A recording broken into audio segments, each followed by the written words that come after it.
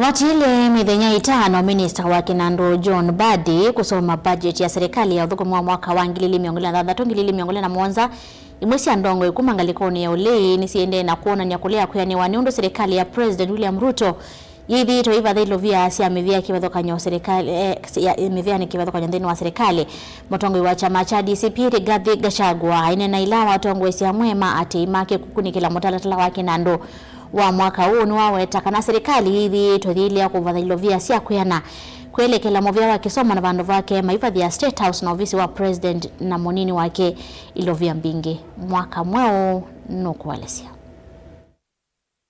The budget estimates before us at Kenya shillings 4.82 trillion is completely out of touch with Wanjiko. Mutongoi huu wa chama cha DCP inena kuelekela mutalatala wa Kinandu wa mwaka wa 2023 na wetaka na mutalatala huu inenga uthe Selikali kuendea kumatila enende Ilovia kwisila kuongela koti vala Kenya mekuendea kukwithwa muyo muito wa ngalama ya mikalile. This regime borrows an average of Kenya shillings 1.4 trillion annually with no corresponding development or services.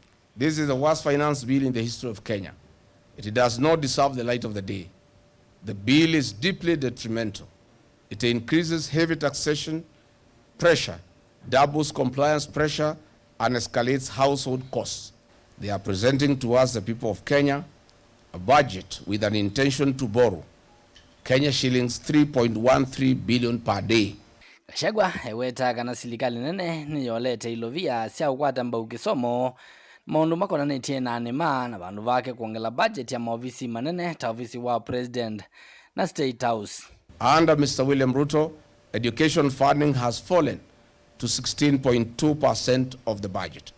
This drop is felt directly by the parents who are being forced to pay for primary and secondary education, school, college and university education. What is the future of our children? Why is this regime at war with our children and our youth?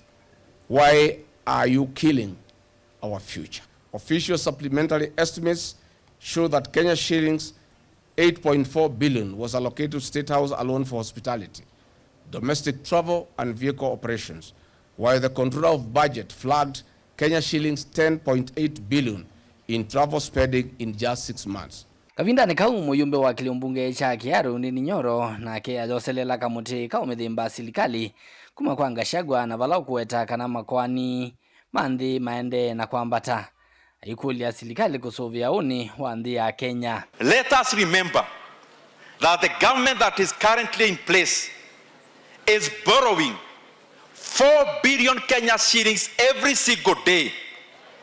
Tujiulize kama wa Kenya deni ya nchi sasa itumekopa imefika 13 trillion Kenya shillings. Bie wale wako serikalini, tafadhali mind the Kenyan future. Hatutaki hawa wanafunzi watoke shule wakipata kazi the only thing they are doing ni kulipa ushuru kubwa ya kulipa madeni ilichukuliwa na nchi na haikuwasaidia. Yore kulia Tongoi onde mevo ayumbe kuveru chambe mondu alama konetie mwene ndita kisomo na mayeka kuvathia maofisi mo Ilovia mbingi cia kwananga na kutwaisya uteti. This is the time to look after the education of the Kenyan children.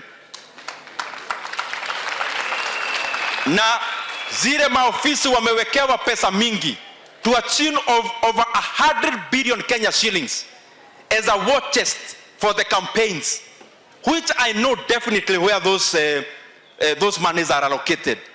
That is the wrong policy. Hiyo pesa ikuje kwa elimu, capitation ifike mapema, walimu wale wanajitolea kama JSS interns wote 44,000 wapewe kazi in permanent and pensionable terms. Livotia vilingi wa movo neta wa mwaka mweo.